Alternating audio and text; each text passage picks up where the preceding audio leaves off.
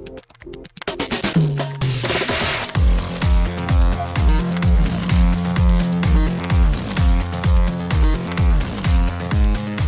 and welcome to Too Fast, Too Forever. There's all kinds of family. We chose this one. This is episode 194, F9, third gear. I'm Joey Lewandowski. I'm Joe too, and this episode's brought to you by Jacob's Chimes. Jacob Sokoloff, the musical chime maker, has been making his precision-tuned wind chimes for about 35 years. He's best known for his hugely popular car charms, and also his magnetic wind chimes.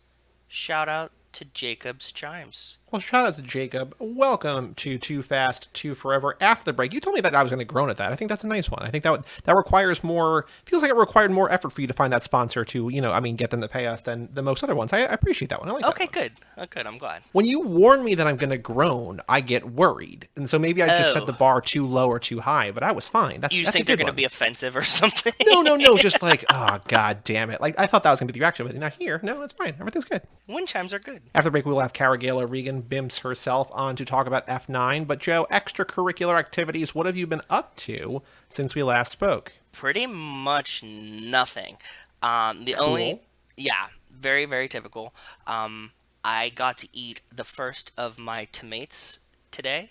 Okay, yeah, my friend Desiree, who has written in before, I think maybe, but she has the tomatoes growing as well, and hers are starting to bloom and blush this week as well. So it's all synced up. It seems like it. Yeah, so I had the first couple of them. They were fucking awesome, and I'm really excited and really proud. We've been eating a ton of pesto because all the basil's been popping off all summer. Yeah, and then we had some friends. Oh, I took 2 of my holdout friends to go get their vaccine on Saturday.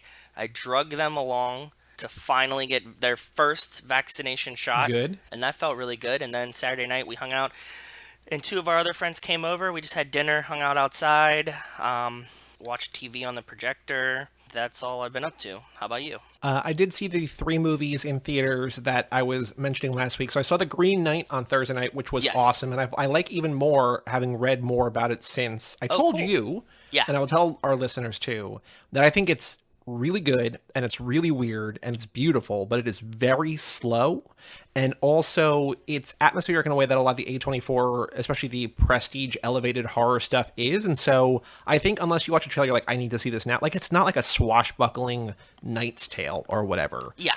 This is a guy kind of taking a 6-day journey through the woods, and weird shit happens to him. And so I loved it because that sounds exactly like the kind of thing. I think you will like it. What I would say for someone like you and someone who's not, into very slow-paced movies, wait for VOD or something. But I would say see it because it's one of the best movies of the year, but I would not rush out and see that if I were you. Makes sense. That's fair, and I like when you give me those kind of warnings. That's good, Then I saw Jungle Cruise featuring our boy, Mr. The Rock. I've heard great things about Jungle Cruise. That's an exaggeration. I mean, it's not bad, but it's very long. It's over 2 hours long. It should not be that long. I think if it was if it was an hour and a half, it would be an easier recommend. As predicted, he and Emily Blunt, very charming, very wonderful, very beautiful, both of them. It's fine. It's good. I mean, if you just want sort of mindless fun, I would say the first Jumanji is probably better than this, but it's kind of on par with Jumanji 2, which I liked less, but okay. In that sort of hey, fun adventure action movie to put on at Christmas or whatever with your family. Sure. Yep. Yes. That's what I figured as much to begin with. Yeah. Yeah. None of these things surprised me. And then Stillwater it was good. I did not like it as much as Spotlight, which, is one of my favorite movies. Neither did Amanda Knox, apparently. Well, yes, Amanda Knox very upset. The takeaway here is that Matt Damon makes a Trumper, gives him empathy, because it's he's this, good old country boy from Oklahoma who is not able to vote because he has a criminal record, but they even ask him flat out in the movie, did you vote for Trump? He's like, I can't, I have a record or whatever. But it's just funny to me that this guy goes to France and is eating Subway sandwiches. So that's great. Yeah, I do. Just that kind of guy, because his daughter. It's based on the Amanda Knox story, but his daughter is in prison for killing her roommate or her girlfriend, or it's kind of unclear what the relationship is at the point when that happens. She believes that she's been wrongly imprisoned, and so he tries to get her out. But it's not Taken. It's just kind of him just living in France and doing a thing. So yeah. you kind of know what the movie's going to be when you see a trailer or like hear about it or whatever. So makes sense. But I watched, what did I watch? What was the really good one that I watched? Oh, I watched Memories of Murder, which is a movie that our friend Kate picked for Film Club a while back. And I don't remember what the theme was. But this is a movie that Bong Joon-ho, the guy who made Parasite, made in 2003, which was about a serial killer in Korea in like the 80s, maybe. And this movie rules. This movie is so good. It's in Korean, obviously, so if you're not a fan of subtitles or whatever, but like it is truly, truly great. They released it on Criterion sort of recently, but it's on Hulu if you want to watch it on Hulu. But very highly rated on Letterboxd, you know, one of those kind of movies. But Bong Joon-ho, man, he just makes great movies, right? So Parasite and this, and Snowpiercer's great, and Okja is great, and The Host is weird and good. Like, the guy is good, you know, so... Oh, and I also went to food updates, since you did a food update. I went to a place, I don't know what town it's in. It's very off the beaten path. It's kind of by the turnpike. It's kind of by 287. Okay. It's this place called Harold's Deli, which is kind of known in this area. It's a New York-style deli with, like, the huge sandwiches. That was really good. Pastrami? Did you get pastrami? Yeah, got a pastrami on rye. Yep, very, very good. Such a fan, dude. I finally found one that's not far from here now that you said that. Like, I found... There's a place called Katz that's not Katz, like New York's Katz, but it's called Katz's Deli around here. And it had a really fucking good pastrami sandwich, and I was, like, very happy. I'm a huge pastrami fan, and it's hard to find really good pastrami. And I asked, like, they have, like, a, you know, just, like, an older woman sitting behind the register who's, like, the cashier, but also, like, does, like, orders for takeout. I'm like, if I've never been here before, should I do pastrami or corned beef? She's like, oh, pastrami. I was like, okay, cool. Like, that's, you know. Definitely, yeah. So I got that, and it was really good. So it's not too far away. It's weirdly, like, in this, like, big, like, urban lot. Like, I don't even know how to, like, it just feels like there shouldn't be businesses there. Like, it just feels like it's, like, a parking lot with, like, old, like, big business, like, big, you know. Like an industrial park? Yeah, exactly. It'd be like, oh, they just make cardboard boxes there or whatever. Like, it's like one of those things where, like, but it's, like, around the corner in the back of that, and it's just this, like, this big restaurant deli kind of place. I'm like, oh, okay. But, yeah, it's really good, so I enjoyed that. So I think that's all I got. I don't know that I've been doing much else. No, I haven't. But, yeah. We have a Patreon page, toofast2forever.com. Shout out to Cassie Wilson, Jake Freer, Ben Milliman, Nick Burris, Alex Ellen, and Justin Kleiman, Brian Rodriguez of High School Slumber Party, Haley Gerbies, Wes Hampton, Christian Larson, Jerry Robinson, Dan the Duke, Hayden, Renato DiDonato, Michael McGann, and Jessica Collins, a.k.a. Montez. Thank you all for supporting the $5 level a month or above. If you want to join now, please do so, or anytime, you know, now, never, it's up to you. We are recording on Friday a bonus episode. We'll tease that at the end of this episode. You'll know what that is.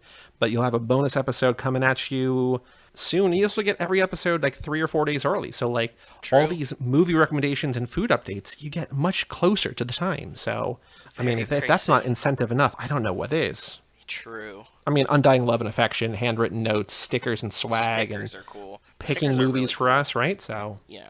Lots of things. We also have an email address, family@cageclub.me. We've got, I think, 4 emails. Okay. Also, Michael McGann, aforementioned patron Michael McGann, took the quiz. I don't know what he got, though. Let's see here. Michael McGann got... How close were you listening, Mike? He got an 85, which is good. That's which is really good. That's really good, yeah. Shout out to him, because, again, you set the high water mark, I think... Was it like 98 or something? I definitely didn't break 100. You got 93. When we did it on air, you got a 93, and I got an 84. And then Ben got a 92, and then Ben... Oh, no, and then Nick got a 94 recently. So Nick actually has the high grade. A high score? He got the high score you don't in the count pinball machine. Mine, that I took the quiz 3 days after I did the episode, and I got a perfect score. So like, I had it in my brain for 3 days. I don't still have it in my brain. Yeah. But Nick has the high score with a 94 out of 113. So an 85 is really good. 85 is definitely in the, like, if you're doing the arcade, like the pinball leaderboards. That's like, what I said, 85's on the boards, yeah, for sure. He could type like ass as his name or something, you know what I mean? Like, yeah, 3 letters is all you get, so. Alex writes in subject line F and F minute. And this is something that, like, I think I remember, but I also don't know if I fully agree. We're going to find out. He says, I think I mentioned this before, but I'm pretty sure Roman's in California before Brian and Bilkins pick him up. The aerial shot of the demolition derby is definitely not Florida, as there's no Barstow in Florida I've been able to find. So Roman doing, quote, 3 years upstate's likely NorCal. There's also something later in the series I think drove home that Brian and Roman were for SoCal. Well, I think they are, but I also don't think that Brian and Bilkins flew from Florida to California I don't know, but the mountain shot, now that he says it, it feels like they might have been in California. Maybe. I just feel like Because that shot, that aerial shot, he's right. Like, there's like a little bit of a mountain. Like, that doesn't feel like Florida to me. It definitely feels more like California to me. I just think it feels like a crazy time suck, even if it's 2 days, and resource waste. So Brian proves Gallo Pizza Boy, what's his name? I don't even remember what his name is. Agent Dunn? Agent Dunn. Yeah. He's not good for the job, right? I get that. Cool. So they spend at least one whole day, like a full turn. Right. And that's assuming that Roman leaves with them immediately. I can see Brian being like, I need to pick my partner. And they're like, okay, cool. Who do you want? He's like, I want this guy, Roman Pierce. So then they're going to book, and even if they leave immediately, they get to California like in the evening. Roman's racing in the day, or like the morning of the day, right? So like, it's probably the next day. They fly well, back. It's 3 hours early, so it takes 6 hours to get there, but 3 hours early, so... I know, but, like, just think about all the stuff that they had, like, Brian... Because Brian got busted. I don't know. It all feels like... It just... I think it's a bridge... Again, for the Fast and Furious, this is not the bridge, the hill that I'm going to die on, but it feels like a bridge too far to believe that they would fly to California to pick this guy up. I would think that Brian just knows him in Florida somewhere. I don't know where those mountains are, but... Yeah, but it definitely feels like that is California.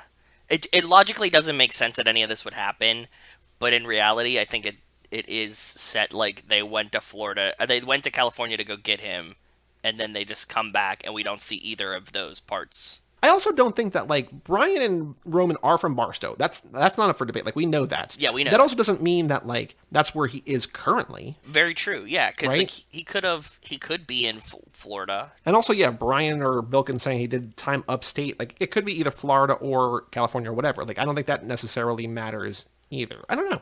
Again, logic not necessarily on these movie side, for better or worse. But we half agree. I half agree. I think that they're separate things. I think the Barstow thing is 100% confirmed. It just, I don't know, it doesn't look like Florida, but I think it's illogical, which I think you agree with, that they would go to California. That doesn't mean that they didn't. I just don't think it makes sense for them to go to California. I think that the movie was mostly shot in California, like parts of it, so that logic makes sense that they were probably just like, oh yeah, just use that fucking valley over there or whatever. I don't know. Next email from Jake Freer, subject line, Olympic talk. Okay. What's up, Hey Jake? guys, just finished listening to the Mad Max episode. It was good. Definitely made me want to rewatch it. But this email is mainly for Joe, as it's about the Olympics. Okay. I've been watching heaps of it too, especially the swimming, where it feels like Australia and the U.S. have a big rivalry. Us Aussies went crazy when our girl beat Katie Ledecky in the 100-meter, and it was heartbreaking when Caleb Dressel beat Kyle Chalmers by literally 0.06 seconds. I'm mainly keen for basketball, though, as Australia has never medaled in the Olympics, and this year we have a good chance if we win both of our next games. We'll face off in the semis, and I'm praying that's the outcome. Well, I hope... That's funny because I rarely watch swimming, but I have watched swimming enough to see the giant rivalry between Australia and the U.S. But like I said on the last one, I don't watch like basketball and stuff. Like, it's a lot of wrestling. You opt for the weirder stuff, yeah. Yeah, like I want like the fucking really weird...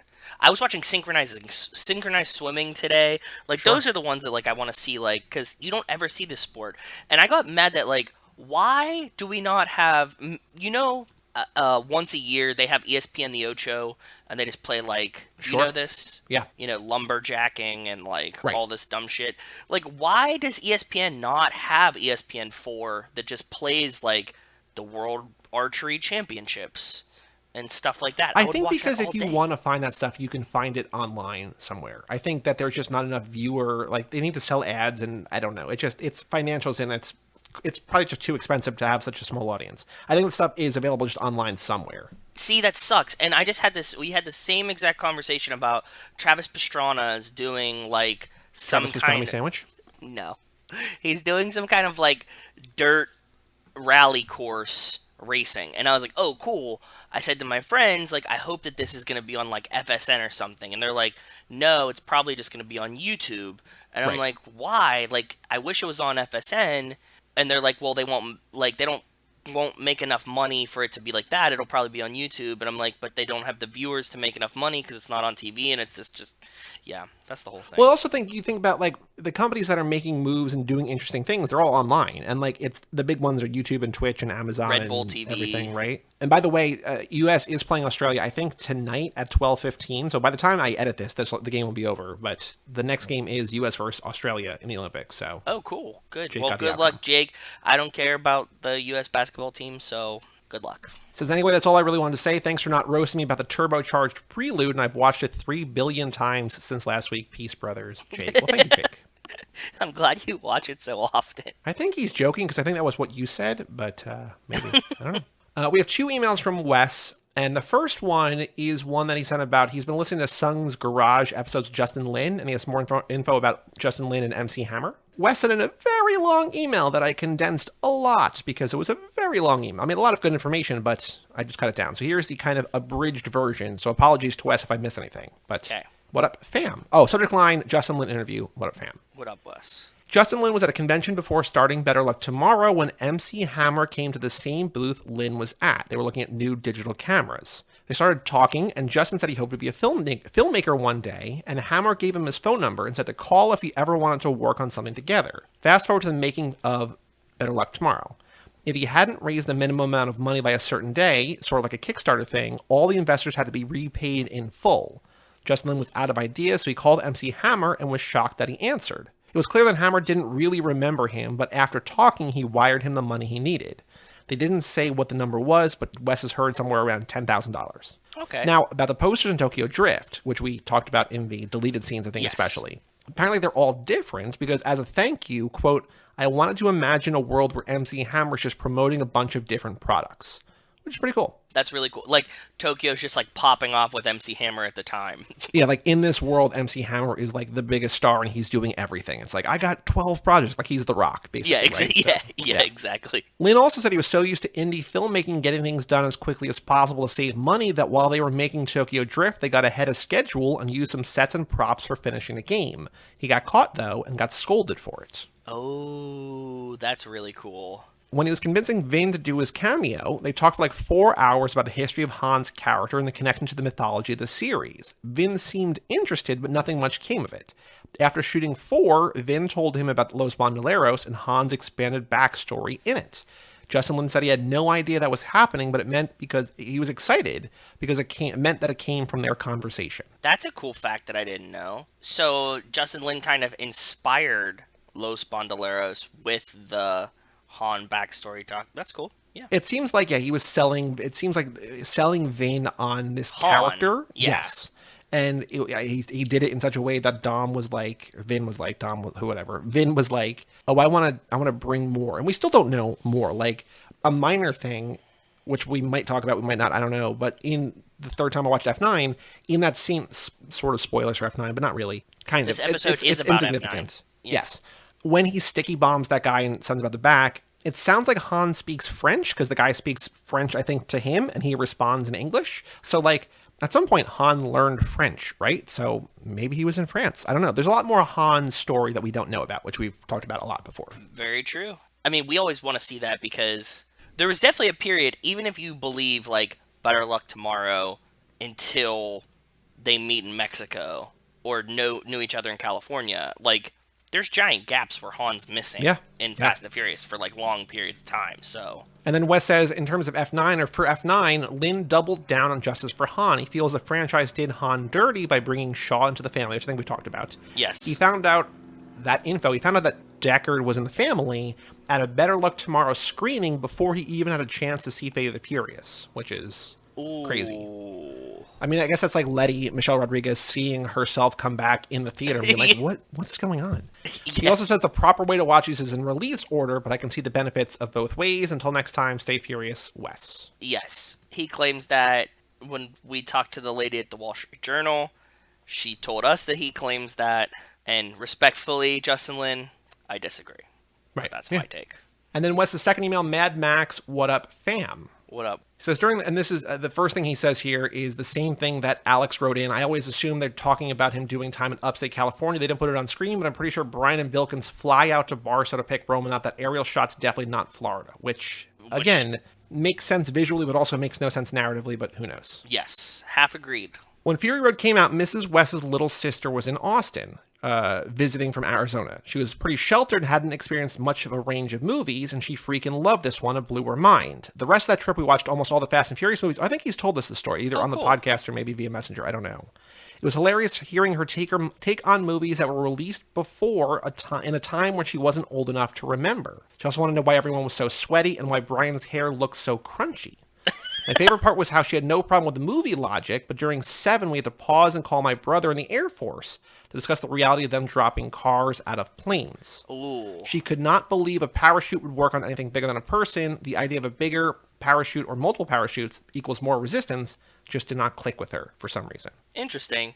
Yeah, it's like just a bigger parachute. He also says that in terms of black and white versions we talked about for Mad Max, I rarely feel like there's a difference to me. Mad Max seems like it might actually suffer because of the way color plays in the spectacle, but who knows? We saw Logan Noir at its Draft House screening was good, but in that case, I think the black and white aesthetic actually fit the tone really well. Everyone was required to wear black and white to the event. They did a live stream Q&A with the director and Hugh Jackman afterwards. He talked a lot about the process and the intention behind the decision. That's it for now. Until next time, stay furious, Wes. That's really, really cool. I'm still hung up on it. I need to think about it more. And there has to be like one movie out there that like hits and you're like, oh, black and white's better, but that never seems to be the consensus. So there's an episode of the XFiles that we just got to because my friends and I are rewatching. We're in season 5 right now, and one of the like consensus top 5 or top 10 episodes is this episode in season 5 called The Postmodern Prometheus, and it's in black and white, and it's kind of goofy in a way, and it ends with a musical number, and it's amazing, and it's so beautifully shot, and like it uses black and white to its advantage on purpose. Yes. But I was like watching, I'm like, I kind of feel like every X-Files could be in black and white because it kind of fits the tone of the show. Yeah, it does. And my friends were like, I don't know, because you would just get tired. Like it wouldn't, like this is special because they use it differently. So I don't know, but this one in particular, Postmodern Prometheus, wonderful episode. Anybody who knows the X-Files will know this episode. But again, uses black and white very well. But I don't know that you can make anything black and white. I don't know that you can make anything color, like vice versa. It's hard to say. Yeah. True. That's all the emails for today. If you want to email in family@cageclub.me, and we'll read it on the next episode next week. Or whenever, whenever you send it in, we'll read it on that episode. Yep. We have a store, toofast2forever.shop, if you want to go there and buy things. Cha-cha-cha shirt, etc., etc. True. There's a sale right now on TeePublic, which I think means patrons will have, I don't know, they email me like weekly or more than weekly, like, hey, here's sales. I'm like, I don't, TeePublic, stop it. Just stop. Like when Rachel bought ours, she was like, oh, are they on? Yeah, they're on sale. Okay. We might make like an extra $1 on a shirt if it's on sale, but really, if it's not on sale, it's like the joke money about the weather. Like if you don't like the weather in a certain place, wait 5 minutes. Like if it's not on sale, wait literally a week or two and it'll be on sale.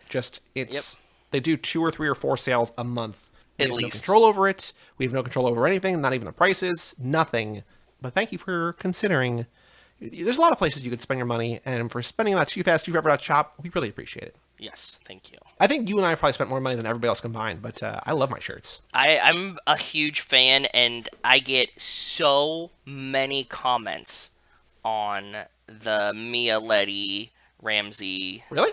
Oh, yeah. So many. Do people say, who's Denise? No one Weird. addresses Denise at all. If anything, most people ask me why Han's not on it. Oh, so you're just around dumb people. Yeah. Okay. Joe, on the streets, news about the Fast and Furious, there is one big thing. So now, obviously, F9 on VOD for this episode, of course. Available now. $20 rental, wherever you want to rent it from.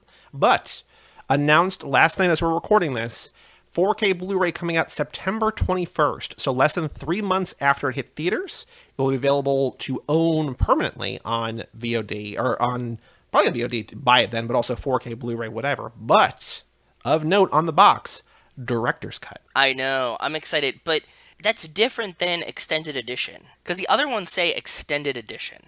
So it might not be final art. They might change that wording. I don't know. But you're right. Director's Cut might be shorter. It could be longer. Vivek, who has written in before, who also follows us on Twitter, is very active on Twitter, wrote on Twitter, said, I read somewhere that Director's Cut is 4 additional minutes. 5 and 6 extended editions had an extra minute or two. I wouldn't expect a lot like that, but the more the merrier. So, agreed. I think by this point, The movies are so fucking long. Well, they're long, but they're also big enough, and Justin Lin is like trusted enough. The movie he wants to make, like the director's cut, is basically going to be what's out there. Hobbs and Shaw was different. Like, there's a lot of Hobbs and Shaw deleted scenes because like that's kind of a different thing, and they probably wanted to be shorter because it's a different sort of audience. You know what I mean? Yeah. But like, I know that F9 is going to be somebody's first Fast and Furious movie, but like, it's probably not. And so you're probably going to throw everything in there that you want to throw in there and just hope for the best, kind of, right? Yeah. But yes, like I said to you last night, we will keep an eye on this when it comes out. If there's a lot, maybe we'll do a little bonus episode, talk about the extended edition, like the new scenes, the director's cut, whatever, and any deleted scenes or whatever. But here's a question: what are you hoping for? Like, it won't be dramatic, like it won't be like a huge reveal, but what would you hope for on the level of like, oh my God, Vince's mom is dying, like, or whatever, right? Like that kind of like. There's some things that I want to save for the episode that I might bring up watching F9 this time. Things that I might want to see is a little bit more of the Han Mr. Nobody situation. That would be nice. I think that's too big. Like, I don't think that's what we'll get, but I would agree. There's a lot of parts of F9 when I was watching it this time that just like cut, like things just happen, like Tej and Roman on the fucking space station. If there's like a scene of that, right, that would be fun. These are the kind of things that I would and that seems like something that could get cut out of the movie, right? Yeah. So those are my hopes. Okay. Yeah, that's fair. What about you? Maybe something with Elle and Han, possibly, or Mia and Jacob, maybe, or... Oh, Mia Jacob flashback, that would be nice, yeah. Like, it has to be something that's, like, meaningful enough that they want to add it, but not important enough to make the cut of the movie, right? Because, like, an overwhelming percentage of people who, like, watch this movie will probably never see these extended scenes. Like, they're just like, we saw it in theaters, and, like, I'm good, right? Yeah, like, it's exactly. Not, people so it don't can't buy be, like, movies. pivotal shit. That's right. what I'm saying, like, a little bit more of Han and Mr. Nobody. Like, you get the point of it without, like, there being more, you know? Right. Maybe, a little bit more of, like, Mia saving Dom in the water type situation. Anything else news-wise you've seen since we last recorded? Two kind of adjacent things that aren't really huge Did news. you see Helen Mirren in another commercial? No. Close.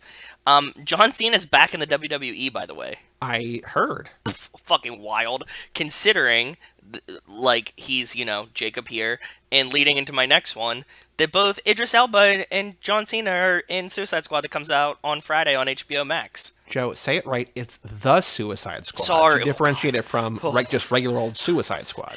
Okay. Sorry. I apologize. That's the weirdest distinction. Like, the one with the... I mean, that's the Fast and the Furious versus Fast and Furious. I know. Like, that level of nonsense. It's so dumb. It is very dumb. And again, that was not me making fun of you. That was me making fun of, like, the fact that they thought that this was going to be... I know. Although I guess this is like... We're going to pretend that other one didn't exist? I don't know. But I've heard this is the other really one was good. pretty decent. Yeah, so I'm excited just because, we had our last two Fast and Furious villains as superheroes together. So that's like, how fucking cool was that? There's a new movie. I don't remember who it was. Like the headline was that it was some director or some I don't know. This is not helpful, but I don't even know what to Google to get there. But there's some movie that Apple, I think, just picked up that is going to have John Cena in it and Dua Lipa. So, like, what? Kind of weird Fast. I mean, by this point, if there's a major movie with like a big cast that like doesn't have someone from the Fast and Furious, exactly, whatever. Like, they're not they're like, he's like eighth build and like it's her film debut as an actor, like not as like herself basically or whatever. Yeah. Okay, John Cena and Dua Lipa.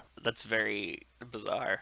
Truly commercials straight to. Do you see these? Do you know what I'm talking about? I don't watch commercials. I know. Okay, so she does like all the Truly commercials. It's Matthew Vaughn who did Kingsman and did a bunch of other movies. They have a movie called Argylle, Argylle, but it's Henry Cavill, Superman, Sam Rockwell, Bryce Dallas Howard, Bryan Cranston, Dua Lipa, Samuel L. Jackson, John Cena, and Catherine O'Hara.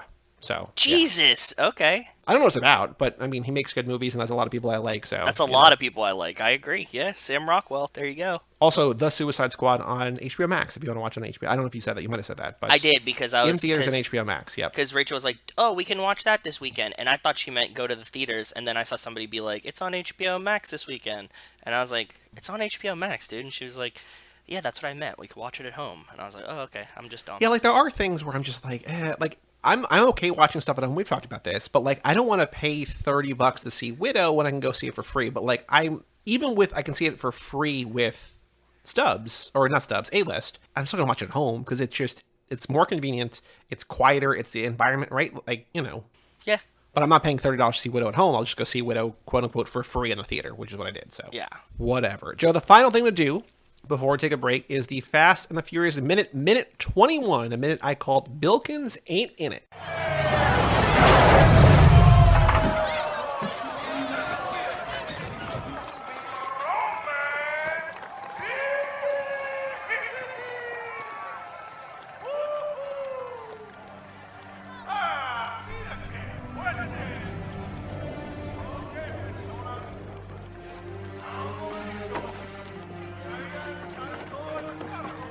He always said he'd be famous.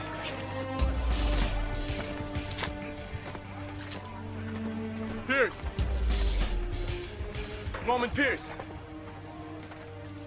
Yo, whatever happens next, just let it go. I ain't in it. Roll!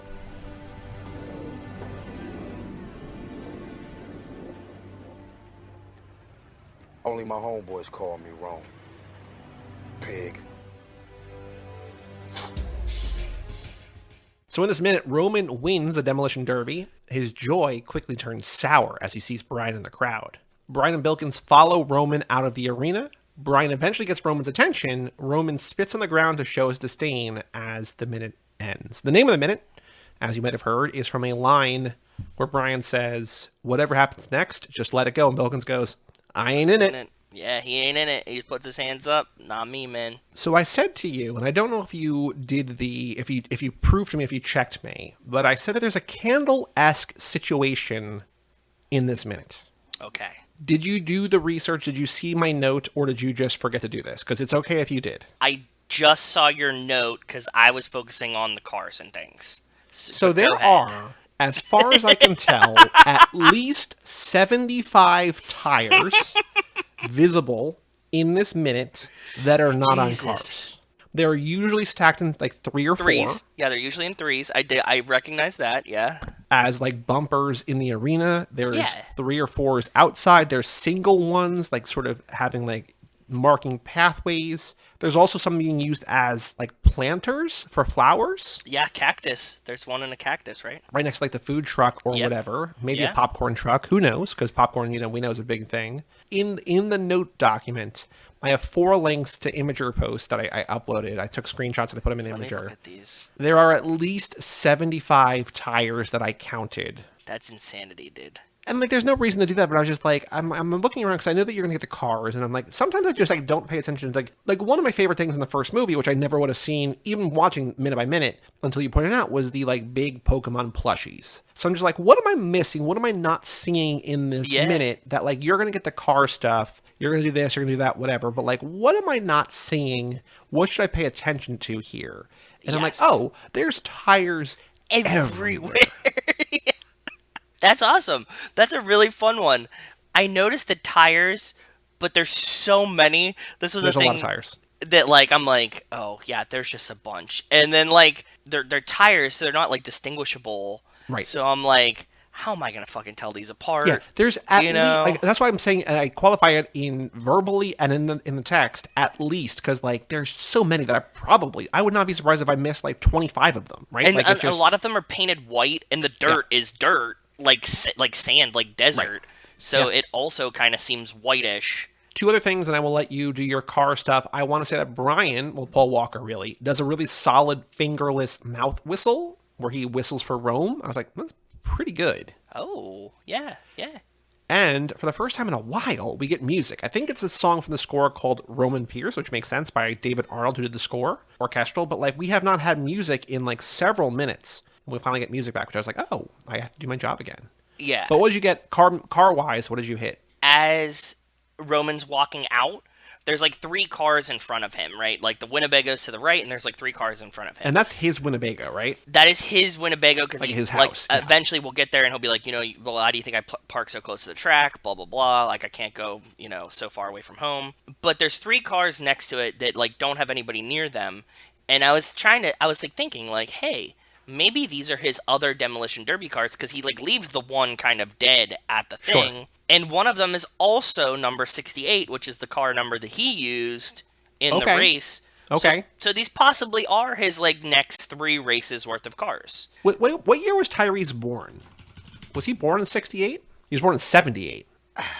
Yeah, but you know, that's like, it could either be like somebody on set's favorite number, favorite. Sure. No, I was trying to see if it was important to him, and I don't know. A Sidney Crosby type situation, 8787. Sure. The Winnebago in the background is a 72 Winnebago Chieftain, which is also the same Winnebago that they drive in The Walking Dead, albeit 2 years older, but they all look the same. Cool. It's Winnebagos. Very cool. I was like, that's pretty cool. Because I was like, when I was like looking at it, I was like, oh, this is cool. Looked up, you know, like the Winnebago, and then I looked at the other movies it was in, and I was like, oh yeah, that's definitely where that was from. The popcorn vendor food truck, you pointed out the baby blue school bus, got all the numbers.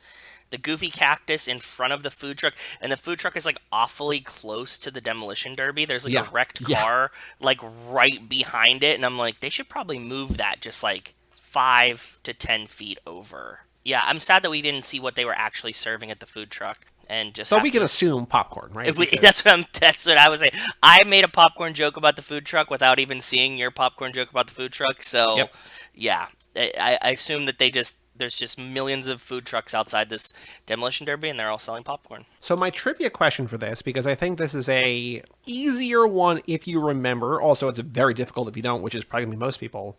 After the demolition derby, how does Brian first address Roman? Does he call him Roman, Roman Pierce, Rome, or Pierce? Because he calls him this minute Pierce, Roman Pierce, and Rome. And then, of course, I think the line, why I like this question, why I think it's tricky, is because I think people are going to remember the only my homeboys call me Rome pig line. I actually thought that it was the second one, because he goes Roman Pierce, and then Rome.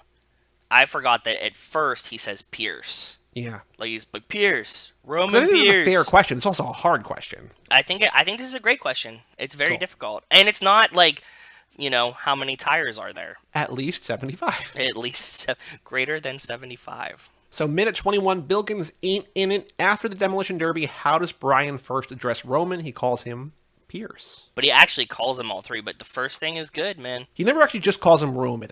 It's Pierce, Roman Pierce, and Rome. So if you say Roman, you are very wrong. I mean, he does say the word. Fucked up. Instant fail. Any other thoughts about this minute? It was actually kind of mild, because it was just like you described it to me before I did it as self-contained. It goes literally from the end of the race, like he like finishes, gets out of the car, looks at Brian, and then it ends right before they start to brawl. So it's like the calm before the storm one. Yes, it's him fighting via cars in the last minute, and him fighting via fists. You fight like shit in the next minute.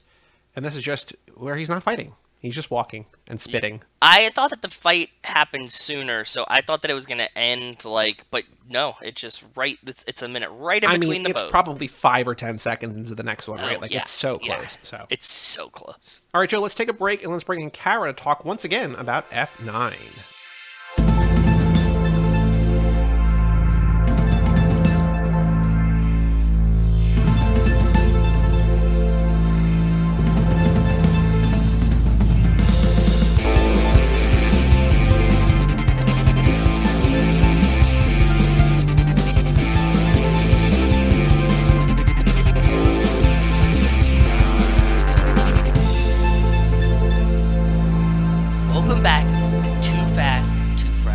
Episode number 194, F9, colon, or no colon, third gear.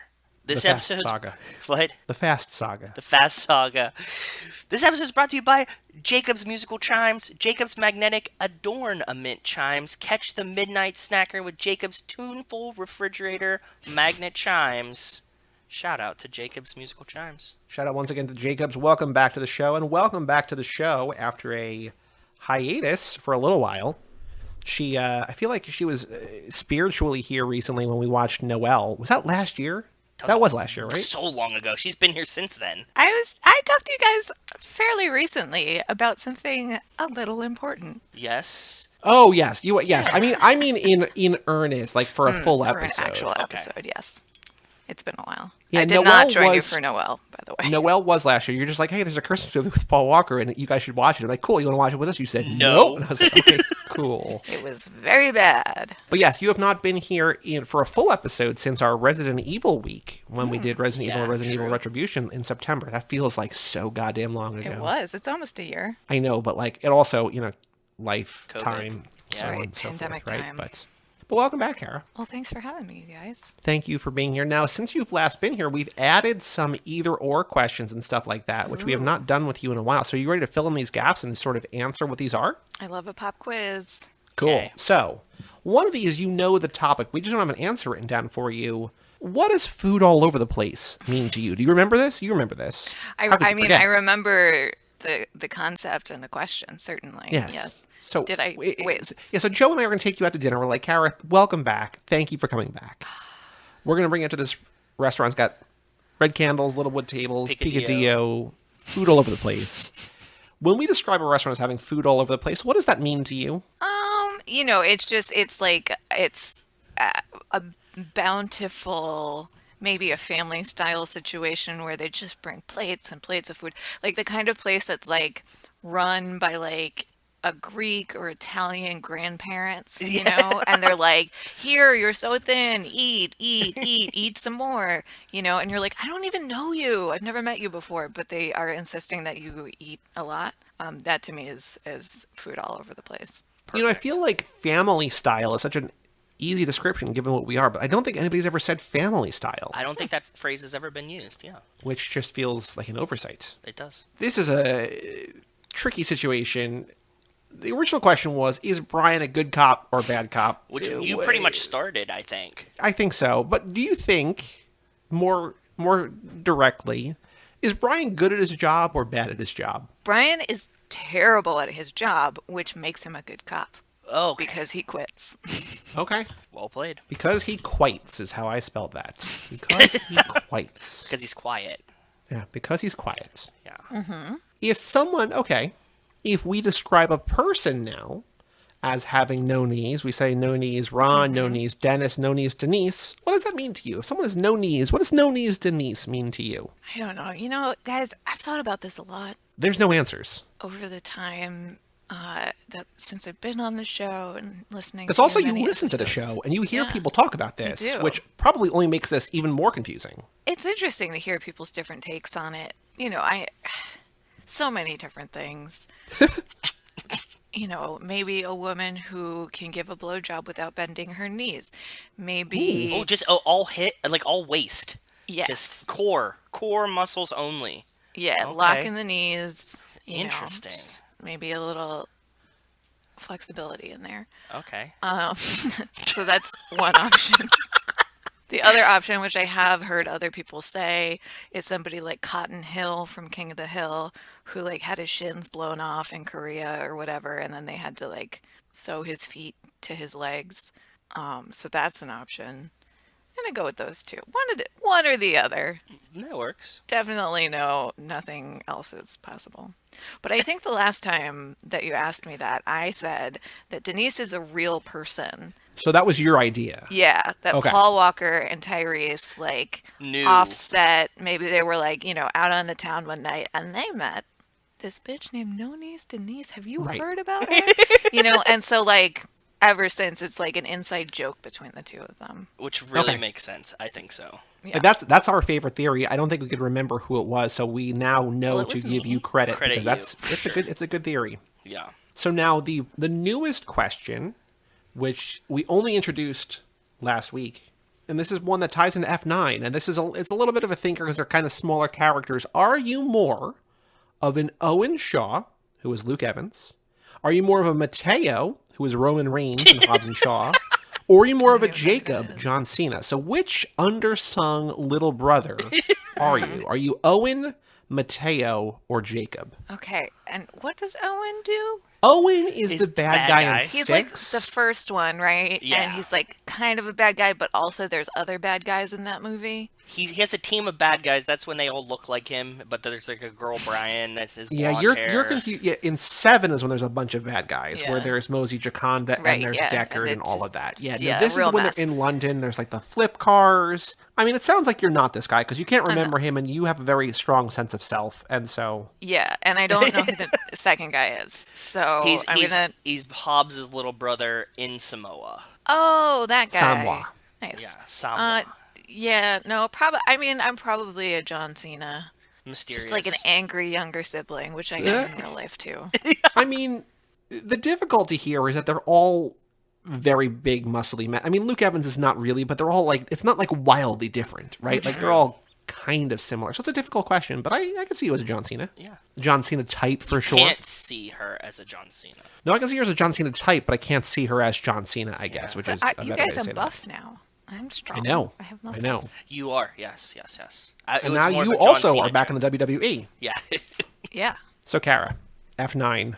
Joe and I have now seen it 3 times. You saw it at home, the comfort and the safety, your COVID-free home. Mm-hmm. What did you think? Hit us with it. Thoughts, opinions, initial reactions. So much. Did you? Good. Good. It was so good. Oh man. And I can't remember things from one moment to the next. So I had like heard people talk about, I don't care about spoilers because it's not what happens, it's how it happens. And also I won't remember. So like I knew some stuff. I had like listened to your episodes about it. But it was so great. I mean, it's perfect. It's like, could they have made a more perfect, like, how did they do that? How, after everything that we've been through over this past year and a half or however long it's been since they postponed the release, it's, God, it was perfect. I'm so excited to hear this. Good. Yeah. And it was wonderful that I was able to watch it from home because I was able to watch 3/4 of it and then go to sleep because I had to go to sleep, and then I watched the last quarter the next day. I was going to rewatch it. I just ran out of time. Do you have a favorite part or a favorite moment or a favorite new character? Like, if you had to pick one thing that defines, like, other than just the whole thing, like highs and lows, the right answer. But one favorite thing about it. Well, so this is a favorite thing that will turn out to not be a favorite thing if it turns out that like this was what they meant by a female-led Fast and Furious movie and we're not actually going to get like a real one. No. You know what I mean? Like Letty is like leading the charge on all of this. Mia exists. Mia's there. She shows up. Who's taking care of that child? No one knows. It's fine. Brian. She says She says Brian's babysitting. But who was taking care of the kid between when... Like, I'm talking about Dom's kid. I know. So apparently, at some point, they ship him off to be with Brian, I think is the understanding. Right. Yes. At some point. But it kind of seems like there's a little bit of time in there where I was just like, who is taking care of that child? Anyway, sorry. Detour. Didn't mean to get sidetracked on that. You're okay. But yeah, no, I loved the Letty Mia, like, girl time, hanging out. Still didn't quite pass the Bechdel test, but, like, I can get behind it. Yes. I loved seeing Cardi B. I mean, that woman, like when I saw her in Hustlers, I was like, put her in every movie. She is a goddamn movie star. She's just so charismatic. I love her. What did you think of Elle, the newest female character? She's fine. Didn't get a lot of... She's just kind of there. I mean, she's not... She seems cool. Seems nice. Okay. Look forward to learning more about her. One other question that I want to just sort of kick things off with. Was there anything in this movie, because I mean, we've talked about this movie now for probably like 7 hours already, right? Like we've talked about this for so much. Was there anything in watching the movie that still surprised you, either in like us underselling it or not covering something, or you like, I kind of know what I'm getting to? Like, was there anything in here that like kind of caught you off guard, even after having us spoil basically every square inch of it? The moment where they like clothesline a bunch of cop cars with power lines. Sure. Yeah. Okay. That's a pretty unambiguous statement. Just that it's like canonically a cab, I think is cool. But yeah, I was like, whoa, okay. Yikes. True. And then also just how seamless they were able to go to space, like just how natural that felt is kind of insane, right? It kind of fit. Like we were so nervous that this is gonna be like, how do you get to space without it being jarring? And they were just like, oh no, we gotta go to get the satellite. And so timely because the billionaires are just, they're flying their own little space cars right now. The family would have beaten them all there if this had come out when it was supposed to, right? So, like, I get that Bezos and Branson are already up there, but, like, come on. We all know that Dom would have been up there first. True. So Patrick Willems, who is one of Heather's Twitter friends, who's very popular on Twitter, he makes some great YouTube videos. He's also a big fan of the Fast and Furious. His review on Letterboxd is the most liked review on Letterboxd for this movie. Okay. And it really puts into perspective what we love about these movies, because he says, at one point, Roman describes the craziest, most over-the-top plan they've ever had. And Dom says, that's exactly what we're going to do. And the quote before, Roman says, I wrote it down, let's see here, hijack a space shuttle, strap rockets to our back. And that's when Dom says, that's exactly what we're going to do. And so, and then, Patrick's like, and folks, I cheered. Like, that's it, because it's just Roman just being like, how are we going to go to space? Are we going to strap rockets? It's like, you got it. That's it. That's exactly how we're going to do it. The easiest possible way. Yeah, it's not crazy. No. I mean, it's crazy, but it's not crazy. Yeah, and I loved the way that they brought back Sean, who somehow looks younger than he did. Thank you. I thought the same thing, Kara. Yes, he somehow looks younger, and it doesn't make any sense to me. I mean, maybe he is a great dermatologist. Who can say? Well, he's now way wealthier than he was in 2006 So because he's got that NCIS money. Yeah. Oh, I don't think I realized that. Yeah, he's been in like 200 episodes or something, like some CBS show where like he's just, he NCIS could retire Orleans, and never move. Yeah. Yeah. What I do like, what I wrote down, so like in this movie, we talked about how it's like very globe trotting and globe world hopping and whatever. They're here, the Cologne, they're whatever, right? But they at one point they say the Jan Jet, Jahn, Jan Jet propulsion test site in Cologne. I was like, I wonder if this is a real place. And I think it is. And I looked up who Jan is, this guy Jan, and Sigmund Jan was the first German to travel into space. It became a Cold War symbol of socialist unity at a time when East and West Germany competed for national achievements.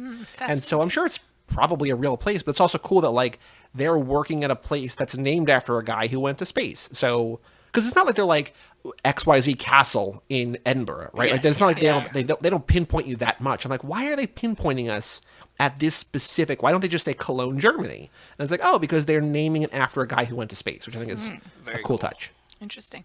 I really liked the globe trotting aspect, and I loved that like there were certain. Right, it just kind of feels like 6 different movies and yet somehow the same movie altogether. And like that, like when they were in London, it felt kind of James Bondy, and like when they were in Tokyo, like that, like obvious like Asian cinema influences. Like there were a few other other points in the movie where I was like, oh, this feels like a completely different movie that's like really paying homage to wherever it is that they are in the world at a given time, which I think is so really lovely. hasn't happened in other movies, I don't think. No, you're right. That's a really good call, and I didn't think about it until you just pointed it out. Like if you just pay attention to the score, it changes from place to place. Because like we've talked about like, oh, it's the Brazilian one or it's the Tokyo one or whatever, but it's like it's really just cars in Brazil or cars in Tokyo or whatever. Now it's cars in space. Love it. Speaking of space, it's not about space. I don't know why I try to use that as a transition. What do you think? So as you've listened to our episodes, what do you think of our theory of Mr. Nobody as a villain? Do you see that holding water, or do you think he's a good guy? Yeah, obviously that guy's. I mean, he worked for the CIA. Like they're not exactly. He ran the cartel in Mexico. Yeah, like that guy's obviously a criminal. Okay, on that note, I noticed something new this time when we were watching it. Yeah. As Kara might know, she might recognize, we see Stasiak pick up Dom with the plain broken nose Stasiak, right? Yep. Oh, I love that guy. Yes. He's in a bunch of other movies I like. And when he picks them up, he takes some antacids in his beer, and the antacids are Japanese. Right. We never address why they're Japanese, but that would lead us to believe that he picked them up in Japan and probably knew where Han was and just left Japan knowing that Han was there. Yeah, that tracks. Although, would he know Han? Probably. Well, He's part Mr. of the Nobody set Nobody. up the whole Han situation, right? So, like, Yeah. and But he's like Stasiak's Mr. like an Nobody's FBI fixer. contact. Fixer. No, Like, I he's don't like think- now working with Mr. Nobody at this point. Is he? Because Yeah, he has seems like a fixer. So why did he get the bump? Because it feels like he was I mean, I guess because he's a shitty FBI agent, so like they just fail upwards because he's a mediocre white man. Yeah, exactly. Like I get that, but like last we saw him, Brian was showing his entire office that this guy's a punk and should not be taken seriously, right? Yes. Like multiple times. Yeah. Like he beats him up in 4. Yep. And then uses him in what is it, 6 or 7, right? And then that's when he comes back and Dom's like, whatever you did, that's just for you. It's like, no, that's not just for you. Because Tell he us. Yeah. Yes. Yeah. Maybe, I guess. So, but that's interesting that this plays along because he's like, oh, Mr. Because he mentions Mr. Nobody, right? Like Mr. Nobody must have wanted you to know this or something, and he just came from Japan. Because there is an insert shot of the energy drink or the beer or whatever and the thing and the ananases, and like it is very clearly there's Japanese lettering on both of them, I think. So why would they show us that directly without it being any part of this story? And there's no reason why he would have been in Japan. It doesn't make any sense otherwise. So I'm saying this. I think this is a clue. I think there's some weird editing things in this movie, and I don't know that it's necessarily that because they seem more bigger, more narrative based. But like I said before, and it was more jarring this time. But like when there's the magnet set piece at the end, and then all of a sudden we hard cut to space and it's silent. I'm like, this feels jarring. Like I feel like now that I've seen it 3 times, like I don't really kind of care about the space thing. Like it just feels like a thing. Like I just want to stay with like the high stakes thing on the ground. So I think that's kind of weird or jarring. There's another weird thing editing wise in this movie where Dom is like, how are we going to find Jacob? He's like, with the help of an old friend. And then we immediately cut to a flashback of him meeting Leo and Santos in prison. Yeah. But they're not the old friend he's talking about. So like No. in a normal movie, they're like, hey, you know who's going to help us? This guy. And then they cut to like that guy, right? Yeah. This is like the old friend, but he's meeting different old friends. And I'm like, what? And then, he goes to London later and he meets up with Queenie, who is, I guess, kind of an old friend, but not really. Like Lisa, who is Cardi B, is more of an old friend, but like he's not going to London to see Cardi. Cardi helps him. Like he's going to London to find Queenie, but like she's not really an old friend. Like it's the weirdest editing and like use of like old. Like it just. He eventually does go see Buddy, but I think it's after all of this, right? Buddy might be first. Maybe he's talking about Buddy because Buddy has, he says like the worst thing you do to a Toretto is take away his family. Yeah. Make peace with the past if you want to hope for the future. All that different stuff. Then he said he's in London and he goes and meets Queenie. So yeah. Yes. Okay. There you go. Yeah. So it's Buddy and then Queenie. So, but again, It cuts to why Leo. cut to Leo and Santos? I don't know. Then. Okay, we start the movie. I forgot that it starts with this long flashback, but I'm starting to like place the movie in chronological. Yeah, you haven't seen this movie in a very long time. It's easy to tell why how you would forget that the movie how it started. So I'm watching it. We do the minute. So like we like to pay attention to weird stuff. One of the things I always cover is numbers, right? Sure. I'm the numbers guy. I'm the Tej in this movie. Numbers is what you do, right? Yes. Driving is what I do. Exactly. That's. I wrote down a lot of quotes. Like that was my I think that take sums us here. up too. Okay, so Yes, you do numbers and I do driving. Everybody knows that I do driving. I mean, you drive all of the show. Okay, Oh yeah, metaphorically, yeah, absolutely. yeah. So Dom's Wait, dad. go ahead. Question that I had when I was watching this. Do we ever see Ludacris drive? Like, I know he doesn't race because he was in that big accident, right? But like, does he drive at all? I think he drives when they're doing. He drives in this movie. Oh, does he? Okay. He drives the in the landmines. Yes. okay. He drives then, he drives because Ramsey can't, and he drives Ramsey when they're doing the pass off thing. I think. Yeah, he drives when like everyone drives, but like if only like 2 cars are needed, he's not driving. But like Right. when they're doing like the parachuting out of a plane, he'll drive. But it's just because like everybody's in a car, right? Yeah. So like Ramsey had never driven until this movie, but Tej sporadically like doesn't race. You're right because he hit a wall doing a $110 or whatever, $150, Buck whatever. 80, yeah. But yeah, he drives occasionally. So Anyway, numbers. Go ahead. Dom's dad. I'm trying to see what number Dom's dad is. His car is because I'm like, oh, I just want to know what number it is. They skimp around it a lot, but finally we get to a scene like in that long ass intro flashback, and his car number is 17. And I was like, oh, okay, 17. Right. 17 again. 17 again, easy peasy. Then I see Kenny Linder come up on him. And Kenny Linder's number's 23. And I was like, oh, okay, Michael Jordan. And so, like, I'm typing 17, then I type 23. And I have them on the sheet next to each other. 1327. 1327, dude. Jumbled up. And there's also a whole bunch of 23s throughout this movie for God only knows what reason. Well, so I like that. No doubt about it. I will say that in Spelunky 2, which I just played another shit ton of on the computer, cool. There's a lot of 2 in the game, and not just because it's Spelunky 2, but they're like, there's this one item that you have to do like this crazy long thing to get, and then every 22 seconds you teleport, and it gives you 22 bombs. And people are like, oh my god, what does 22 mean? Like, what could this possibly mean? Is it because it's Spelunky 2? And they ask the creators, like, no, just 2 is my favorite number. Like, it might just be something dumb like that. You know what I mean? Like, it might just be like, oh yeah, like it's just, I liked 17 and 23. my daughter's 17 and my son's 23, and like that's just what it. It's just like it could. Who knows? Exactly, I agree. But I do like the sleuth thing. And then Bow Wow is wearing 23 on his shirt, and it says like Jordan. Yeah, well, he has a Jordan hat. His shirt says 23 Engineering, and I think that their like rocket company is 23 Engineering as an ode to Jordan. Oh, that's cool. I like that. So those were my 2 numbers finds this time. 2 quotes finds, and I want to get back to Kara because I don't want to just have her on and be like, Kara, be our guest, and then don't talk. Yeah. I apologize. No, I'm fine with that. I'm actually very tired. So one thing early, we talked about this. There's the quote, and I had the subtitles on. All that Mr. Nobody says is ... still alive, I'll explain ... So it's not he's still alive, they're still alive, just still alive. Staying so alive. I'm wondering. Like the Bee Gees. Sure, or still alive like the song from Portal. Okay, that too, yeah. I'm wondering if he's talking about if Cypher is still alive, because I think we're led to believe it could be Cypher, it could be Han, it could be I'm thinking Jacob. I'm thinking the mystery is the point.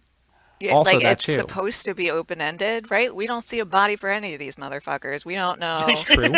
Very true. Because there's also the same mystery. The same open-ended mystery to that point, Kara, is that Mr. Nobody sent it only to the family, and they're like, why? And they bring up Cypher, and I'm like, yeah, but like Cypher probably like fucked up a lot of people. Like it's not like they're like, I know that Cypher killed Elena. I get that, and that's what they say in here. And Dom's like, I don't care, things change. It's like, what? Okay, what? Yeah. But weird take, but okay. Is it because of Cypher? Is it because of Han? Or is he doing it to set them up? Because if he's the villain, maybe he's like, hey, this is a way that they're going to have like a downfall or whatever. Like there's double mystery there of why he sent it to them. They assume it's because of Cypher. It might not be. And then still alive, we assume it might be about Han. It also could be about Cypher. Jacob. Also could be about Jacob or someone else. I don't know. It's weird. It's very weird. And the other thing very quickly is at the very, very end, I don't think I caught this in theaters. I don't think we talked about it, but maybe we did. At the barbecue, when they have the reunion, as their camera's cutting away, when Han and Elle go up to the Tokyo Drift crew, Twinkie says to Elle, call me T. Because we're like, what do people call him? It's just T. That's so instead nice. of Twinkie, just call me T. It's nice that he came back too. And did you like that they addressed him being named Twinkie in the movie, Kara? Yeah. What I want to know though is like, where's his weird green square car? Yeah, the Hulk car. Hulk car, yeah. They might not have the rights to it anymore because of Marvel. Kara, was there anything about this movie that you didn't like? Or that annoyed you, or that you like? Because I think there's stuff in here that's like, oh, we're gonna get answers hopefully in the next 2 movies or whatever. But like, so not like that kind of stuff, but like things that annoyed you or bothered you, or like that you were disappointed in, or things that you just outright didn't like or didn't enjoy. Yeah, I don't think so. I mean, I would have to watch it again. I was just kind of riding high on just, everything being so hilariously perfect in like in a way that's like not at all obnoxious. Even though it's like so clearly fan service, it's like fan service, but good. Were you expecting to like this as much as you did, or was that a surprise? I wasn't expecting not to like it. I just after you hear somebody, like so many people being like, oh, it's so good. Yeah. You're like, okay, is it though? And like, I'm going to have the experience at home. I'm not in the theater. With like, us, hype next to you. Yeah, that kind of thing's contagious. Like, but I wasn't doubting. I was surprised at how consistently, like throughout the movie, it was just like, Yeah. That's a great way to describe it because I know exactly what you were saying. Yeah. But also, I wrote down the amount of times I said, okay, all of the, implausible things. Like, mostly. Like check your logic at the door, right? Yeah, where I was just like, okay, yeah, all right, whatever. Like, one that I really got, like, that feeling from this time is when Jacob gets thrown off the back of the hauler and Dom hits the car to catch him. Like, that's a car that Dom's not in. Jacob lands on the side of that car because it's on its side and then crashes into Mia's car so she can pick him up. I was like, okay. Yeah. Well, it's also like the same thing when Dom and Jacob are like having their like fight where they like jumping in and out of windows. Like they jump to buses, like they hear a bus. They're like, yeah, there's probably a bus underneath. Like I could probably just jump out the window.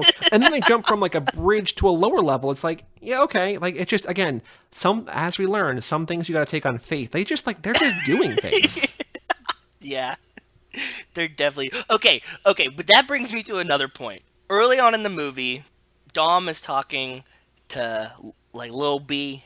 As you know, and I mentioned before, there's lots of God in this movie. I don't know why, but like somebody, I think Vin might have had like a revival or something because he injected a lot of God into this movie for God only knows what reason.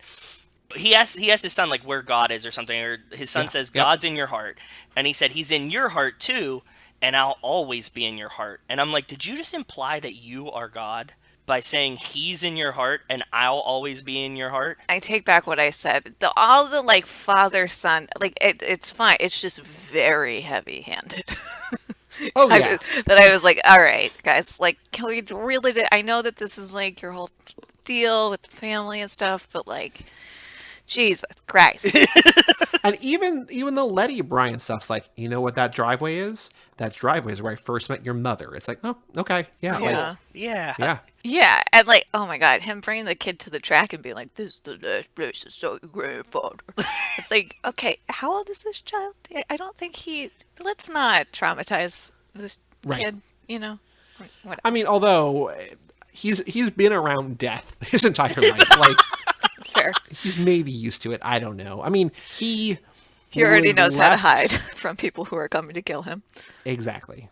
There is like the thing, and again, it's the kind of things that I don't mind because it's this franchise. In a movie that I didn't like, I would hate, but just like Letty comes outside, like Dom and Brian are working on the engine, and like he's quizzing him on parts or whatever. He's like, "You sure that's the one?" And then like Letty comes out, she's like, "Hot water heater," and I wish I had the exact quote, but something like, "The price we pay for freedom." It's like, that's such a dumb line, but also like I love it. Like I can't explain why I love it, but like it's dumb, and like he doesn't deliver it like especially well. No, but I love he never it. does. But I love it. I usually watch everything with captions on, just like as a general rule, but because I was not watching it on a platform where I usually do, I didn't have them on. And I didn't even really notice that I didn't have them on until towards the end where he and Jacob are speaking to each other and they're like, extremely low mumble register. Oh, yeah. And I was like, I can't hear a fucking thing these guys are saying to each other. And then I had to turn the captions on. It gets mumblier as it goes. It feels like Vin gets into character, like, as the movie goes on, and, like, it just gets, like, mumblier. Maybe Dom is just tired, man. He's always on the just run. exhausted. He should be. Yeah. One thing I picked up this time, and it's a kind of a throwaway line, but I'm wondering if it's something we know about, or if it's just a throwaway line, or if it's something that he's teasing for the future, but when Han is telling his story about how he didn't die, right? How we retcon that for the third time or whatever. Yes. And he's telling the story, and they have like the hologram or whatever in there, and Han says to Mr. Nobody, pretty nifty magic trick. Yeah. And Mr. Nobody just says, yeah, I've done better. And like, I wonder if that's a brag, or if it's just like, yeah, you think that's bad? Like, Giselle's not dead. Like I covered that one up too. Yeah. Like it could be anything. Or like Giselle was a hologram the whole time. Yeah. Yeah. Ooh, yeah. It could be like any of these possibilities. Or they're all holograms. This is just a simulation, man. We're just But living also in could just be Han's like brain. bravado. It could just be bravado, It right? could, But it also could be like, what are you talking? But like every line in here, especially like the nature of what we do. What is it? What do you mean? Man? Like, can you expand? What are on you that? talking about? Yeah. Okay, so I had thought like very similar timeline here. because Han's in the bunker. They're in Mr. Nobody's bunker. And this time I noticed all around them there's all these kegs. And it seemed like they were kegs of Belgian ale. Ooh. Did you see all these kegs? Like, he has, like, beer kegs, like, all over the floor with, like, just a nozzle on them. And I can't tell if that's, like, some kind of, like, gas or fuel. But they look like beer kegs. Like, they were, like, aluminum kegs. Well, if that's Mr. Nobody's hideaway, it would make sense to have his beer of choice, right? Right? That's what I thought. And now when we watch... they're all filled with Nas. Oh, yeah. But now when we watch 6... when he's like, you gotta try this Belgian ale. That's 6, right? That's 7. He's not in 6. He shows up in 7. So in 7, when he's like, you gotta try that Belgian ale, we need to pay attention to what keg he's using that he gets the Belgian ale from, to see if they match the ones that were in the hideout. What I want to see is Jacob going for a Belgian ale, because like it seems like he was buddy-buddy, and then eventually, like, he's truly family, and he's like, no, you know what? Give me a Corona. Oh, that's gonna be the turning point. Right? Yeah, that is. You just wrote it. I want royalties on that when they do it. Wait, why do you get royalties? We're essentially married here, bro. This is a team effort. I said Mr. Nobody's a bad guy. He drinks the Corona. When they're both in the movie, we get royalties. That's what happens. Okay, sure. Kara, anything else of note that you want to talk about? Anything else? Where do we go from here? Well, those are two different questions.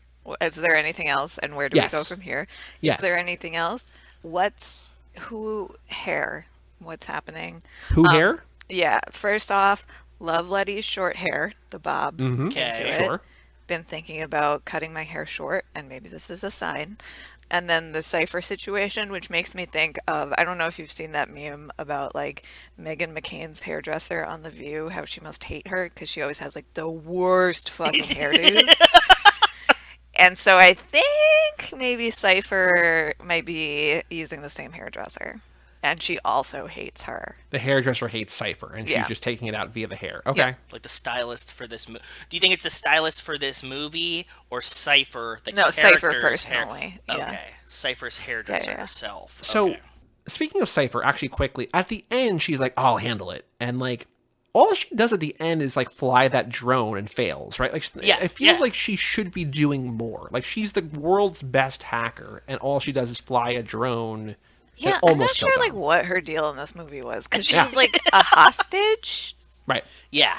Mr. Nobody had her captured. Well, she negs Otto into liking her, basically. She does. She pulls a pickup artist on him, and just like, you know what? You suck. You're Yoda. You're a puppet. Now let me out of this box. And he's like, yes, master. She really did neg him into getting her way. Wow. She's so mean to him. Although he is an asshole. He's an asshole, and he is, in shitty internet terms, he's a beta. Like, he's not. He wants to be. Yes, you're right. But he's submissive, and he will bow to her dominant personality, so she easily... Well, because he's the money guy. He wants to be the badass guy, but he's the money guy, and he'll never be able to live that down. And he's not even the money guy. His dad is the money guy. His dad's the money guy. Yeah, ouch. That line is so great in this movie, though, when he's like, you're a rich prick, and he's like, the world is run by rich pricks. And I'm like, yep. But, like, at the end, in that scene where things, like, she's like, give me a status report. And he's like, well, we lost our escort. Jacob's gone. Dom's gone. Whatever. Like, things are going bad. She's like, oh, I'll handle it. All she does is go in the drone. Like, you have computers. Because, in 8, she does the zombie car thing, where she hacks, like, every computer with, like, but she's every not car on with her computer. plane. So she's not in her she doesn't home have base. her computer. But, like, they're also so afraid of her that they give her, like, a thing without a screen from, like, 1970 or whatever, right? Remember, they're like, hey, here's this crazy-ass old computer that you can't hack. There's no internet. Like, I'm of the mind where she can just do anything from anything. Well, maybe it's one of those, like, analog digital situations. Okay. Isn't that why the family was, like, able to use the magnet with the cars? Because they're driving, like, older cars that don't have computers. No. Does that make sense? No, it doesn't. Because shouldn't that magnet, like, also fuck up their car? Yeah. Again, Garrett, check your logic at the door. Why is Ramsey able to crank the magnet up the entire way and draw exactly the car she needs through a building and none of the metal between that car and her van? Cell phones fly, like, Joey. Cell phones flew. That was pretty cool, though. But at that one time where she's like, I need that car, and she just, like, does it and, like, it exactly, and, whatever. Okay, Kara. So then to the second half of my question, where do you think this is going to go? We have 2 more movies in the main franchise. In the post-credit scene, we have at least Deckard coming back. There has been publicity that Hobbs will not return. But we at least have Deckard in. Maybe we'll get Justice for Han. But we have that to go. Cypher's still on the loose. Where do you see? We have 2 more movies. We're very near the end game. What's going to happen? What do you think, if you had to guess? I mean, literally anything could. Sure. Kara's fantasy. What do you want in the next movie? I just want, like, Letty and Mia and Cardi B and... Well, Cardi's coming back. You know this, right? Cardi is returning. Yeah, well, I want them all to go on vacation. So you want, like, Los Bandoleros, Yeah. but just with all the women? Yeah. Okay. Girls trip. yeah. But while they're on vacation, you know. Can it be a wacky comedy? Of course. Duh. Yeah, no, you don't make that movie without making that a wacky comedy. Oh, that would be so funny. You know, and and then like, they get into some sort of hijinks. who's looking for a boyfriend? Who are we trying to boyfriend up? Ramsey, probably, right? I'm not sure Ramsey's straight, but sure. I don't mean, think like, so either. you have to Yeah. have, like, one of them have a love interest, right? Like, while they're Yeah, on the doesn't island. have to be a boy. I think Ramsey and Elle would make a cute couple. Sure. Elle's of age, right? Unclear. Also, she and Han have some, like, prolonged eye contact that's, like, a little Yes, creepy. near the end. Right. I agree. Yeah, it's not just near the end. Like, there are a few other times where, like, after they've talked about, like, everything they've been through together, and then they just, like, stare at each other longingly, and I'm like, that seems weird. You were just talking about how she's, like, a daughter, but okay. They, like, walk up, and they're, like, almost holding hands. Like, right before he, like, introduces her to, like, Sean and whatever. Oh, maybe she's actually Giselle. And Mr. Nobody put her in this other body? Or something. I'm into it. Yeah, but I saw them, like, looking at each other, and I was like, please, God, don't make this a couple. Yeah, I was like, oh, let's Please not. don't. Can we Yeah, not? like, just don't do that. Ugh. That's a step too far. Like, we had Giselle, like, we can re-hook up Han, but don't make it the girl that that he's grooming now. No, like, no, that's no, no. weird. No, Please no, don't no, do no. that. I like Han. Let's keep Same. it that way. Exactly. So there are some possibilities for you. Okay. I like the female, the Letty hijinks comedy girls trip movie. You guys want to play a game? Sure. So we're not going to do Dude, What's My Car? We're going to save those for the main installments, but we are going to play This Ain't No 10-Second Race, a.k.a. Boy Do We Have a Podcast for You. Boy, do we have a podcast for you. Come and check out our show. Yeah, yeah. This is where we go on twitter.com, a.k.a. the Bird app, and find any tweet from someone who might be interested in our show, and then we respond to them, although we might change that because last time we had a wild result. Joe, do you remember this? I remember, because it happened right as we were finishing. Go ahead. I was playing with other things, and what I was doing was working better than what we normally do. But I found Colby Jack Slut, which still is the greatest name on Twitter I've seen, at RNDM Dionychus. Watching F9 last night, I was thinking about how it should be a crossover with Megaforce, since a flying motorcycle would fit right in, but then Dom and Lenny give each other bedroom eyes in the wreckage of their car after the Tarzan stunt, and I thought of a much better crossover, and it is David Cronenberg's Crash. And I said, both these movies would be perfect for our upcoming lap about high-tech car movies. Boy, do we have a podcast for you. Got a like, but was from Simo from past guest Corey, so no points to me. But Joe, you Would found... love to see some Cronenberg on the podcast, though. We can make it happen. We're going to get weird with some stuff coming up. Not necessarily... Well, actually, the bonus episode is a weird movie. Not supremely weird, but we're going to get weird in the next Patreon bonus episode, I will tell you that much. Joe, you found Reaction Rocket at Reaction Rocket. I need to see more of the early years of the Fast Saga with a flashback cast from F9. They were just too good to never see again. Maybe a prequel movie, maybe a series on Peacock TV. I find it hard to believe they cast all those parts for just one background scene. Most of all, this is a second tweet, I want to see more with young Jacob. How hard was it being in Dom's shadow? What was his life like being, quote, the man while Dom was away, then his exile, then becoming an agent for Mr. Nobody? So much story still to tell there, hashtag Fast and Furious. We said we would love to see this background story in a miniseries. We've been pitching it for many episodes. Boy, do we have a podcast for you. Nothing. And then Dewey found... DJ Pharaoh 901 at Pharaoh Gaming 8. I'm loving these memes, and it's only fans and only family. It's a Drake meme with Dom's face on it. Only fans, no thank you. Only family, that's what's up. And we said, subscribe to our only family. Boy, do we have a podcast for you. Nothing. So as usual, as expected, struck out across the board. However, what was of note was that same night we were just like liking tweets, and the less effort we put into it, the more results we got. And it made absolutely no sense. Yeah. We liked a couple tweets. The people just followed us. Like, we didn't even, like, they were like, reject things, like things that we didn't pick, right? Yeah. Corey Chillin, at Corey Chillin, scale of 1 to 10, how was Family the movie? MILF, man, I love Family. We just liked it. Corey followed us. Yeah. Then we got Crisis Variety H1, at Crisis Variety H1, on my way to go see F9. I got Family, just liked it. Crisis Variety followed us. Like, I don't understand why we're overthinking this. I don't know. Absolutely wild. I also do want to shout out Ludo Martin at Hoop Shoot Champ, who responded to Gallo Family Vineyards, who posted a picture of their Moscato that said, make your holiday weekend a little sweeter. This was a couple of weeks ago. And he said, could you tell me right quick what would be a better motor for my Skyline, a Gallo 12 or a Gallo 24? And then I think you said, we didn't know Vineyards made engines. So I'm glad I get a laugh out of you. Like, even if it's not the other people, I'm glad you see these. I mean, I don't use social media, so like I don't see this until like whatever. Yeah. But that was a long way to get back here. But what I'm saying, maybe we don't reply. Maybe we just like, or do we? I think part of the game is replying. It's part of the game. Yeah. Okay. Do either of you have your tweet? I have one. I sent it to you, and I have one that's appropriate that I think we should just reply to anyways. Okay, and Kara sent me hers too. So Joe, please go first. My official pick for today is at Kathy Kitty Pop, Kathy Campos, interesting name. Why is Letty the shit You mean Kathy Braga? Yeah, exactly. Yeah. Why is Letty the shit in every movie? I love the girl, hashtag F9.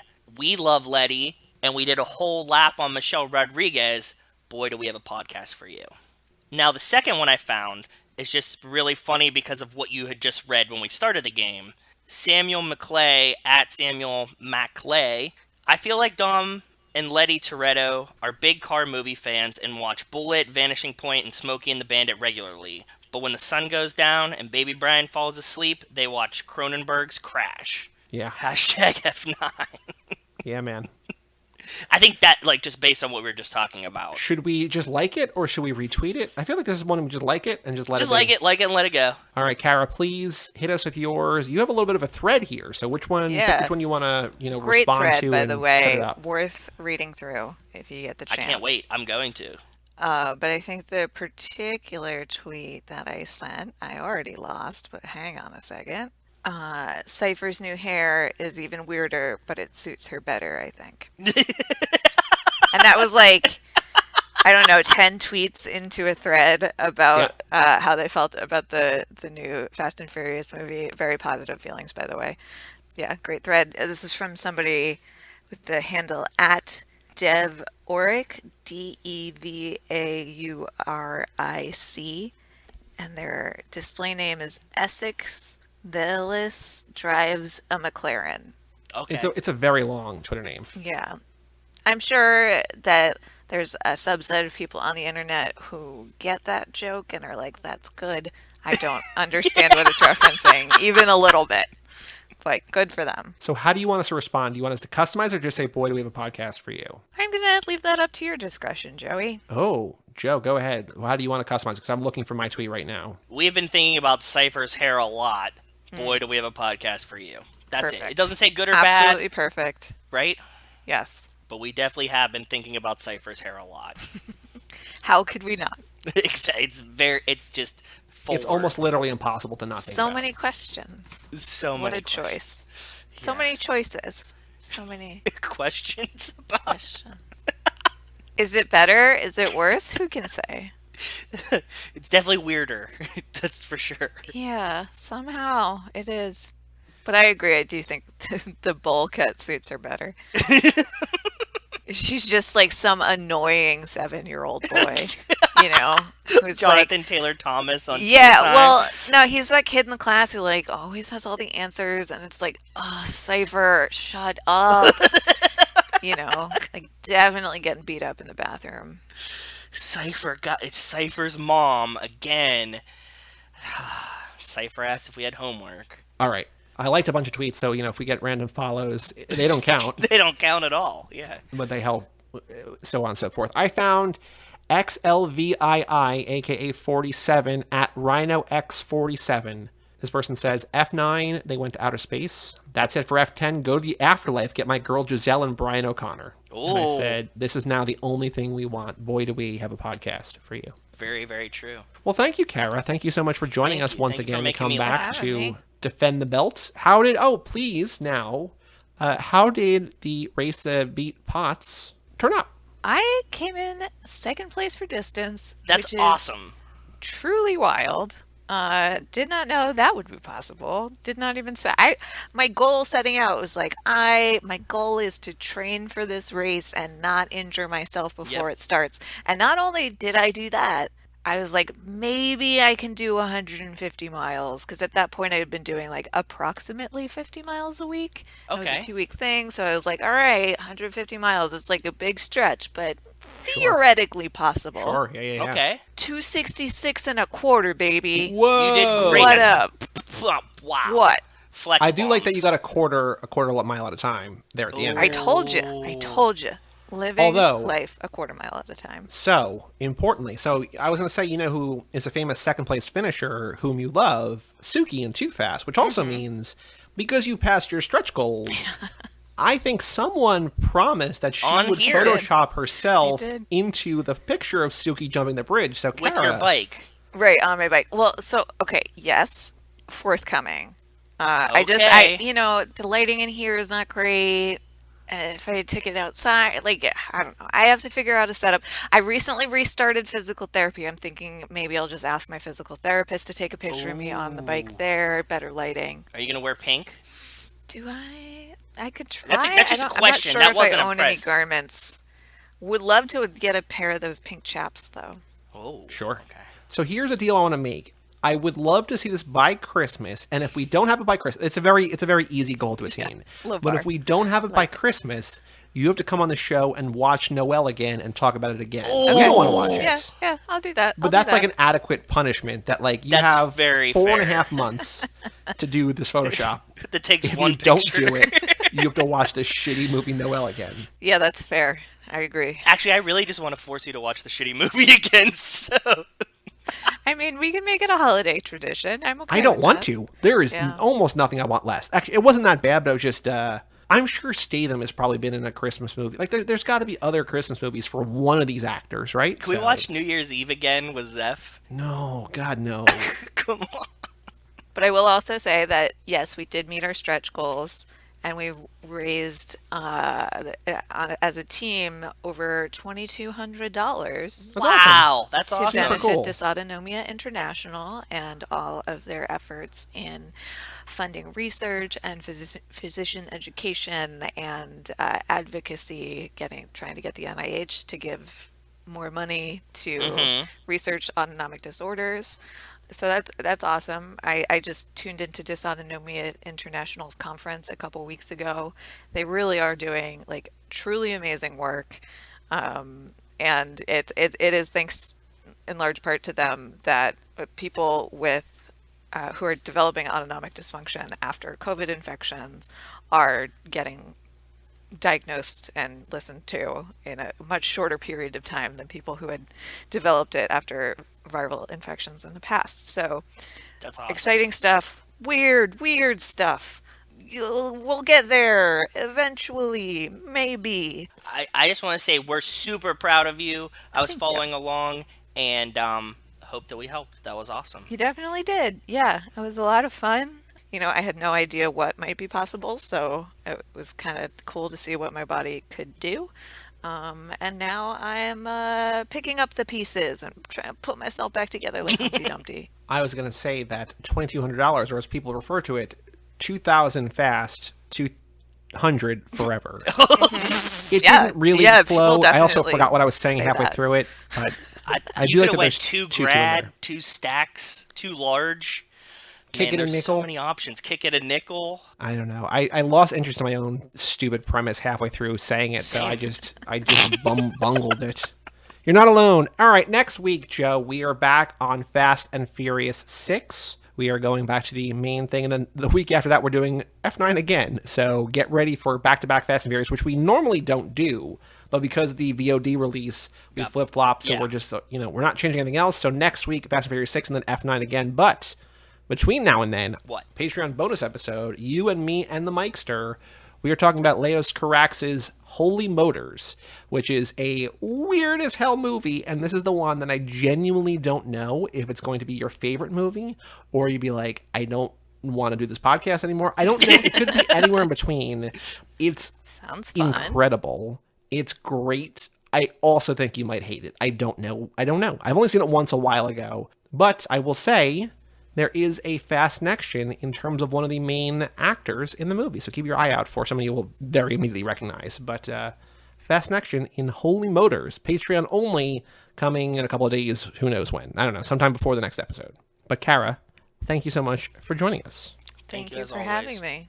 Thank you for making me watch this movie way sooner than I otherwise would have, or like at all, because I had never watched any of the Fast and Furious movies until you guys were like, we're doing this dumb podcast. So, not that, you know what, I did not mean to belittle it. It's dumb. It's dumb. It is dumb. It's definitely, it's the premise, dumb. the baked-in premise is dumb. Mm-hmm. I agree. But like in the best way, in a very thank you. way. You seem to enjoy this one, so that's good. That's what all I want. Oh, do you have new rankings or no? I thought about it and I was like, I would have to rewatch them all. I give it to us after 10. You have like X number of years. Yeah. There's not even a date for this one, so the next time you come on for another one of these, this is definitely like pretty close to the top of the list. Yeah. Okay. You think so? Top half, top third? Oh, easily. Yeah. Okay. Because Kara, you had before 5 was your first. Really? And then Hobbs and Shaw was number 2. Really? That's what you have. I think I have rewatched 2 and 3. Okay. Since I watched them the first time. That's a good sign. Yeah, because I really didn't like 2, if you'll remember. Yeah. And I think 3 is based. I don't know. I'd have to rewatch them, but I really like 3 a lot. Okay. Good. Because this is also almost as long as 2 of those combined. Not really, but like it's 1.5 of those movies. So the fact that you like this as much as you did, because I think you are like both of us, like just make every movie shorter. But like these, it doesn't really matter. I mean, also just when you're at home, make every movie break it up. shorter or make it so that you could stop watching at any moment and finish watching it the next day. I agree. So I can That's the most adult response ever, and I agree. It's fine if it's long. Just don't make me watch the whole thing in one sitting. Absolutely not. I agree. Anywhere you want people to find you online, or do you want to remain hidden from the world? No, I've crawled back underneath my rock, but I think the fundraiser is closed now. But if you go to dysautonomiainternational.org, you can still give them money, and you should, because this shit sucks. I will link that in the description because that is a very long word that is probably spells exactly as it sounds, but also it actually is dysautonomia. It's auto, not auto. Auto. No, it is auto. Yeah, so there's a car in there, so it's especially appropriate. Yeah, dysautonomia. Cool. International. For all things Too Fast, Too Forever, you go to cageclub.me, facebook.com/TooFastTooForever, or at TooFastTooForever on Twitter and Instagram. Email us, family@cageclub.me. Check out our store at TooFastTooForever.shop and our Patreon at TooFastTooForever.com. Come back next week for Fast and Furious 6, the week after that for F9, and a bonus episode. Join the Patreon even for $1 a month. Get to see the bonus episode. We're talking about Holy Motors with a prominent Fast connection. And come because this is one, I'm probably also overhyping this. Joe might just be like, yeah, it's fine. I don't think that's going to be the reaction, but I'm very curious to see what it's like. Never seen Coming soon on the Patreon, TooFastTooForever.com. I'm Joey Lewandowski. I'm Joe too. And now is Kara Gale O'Regan, and we'll tell you all about it when we see you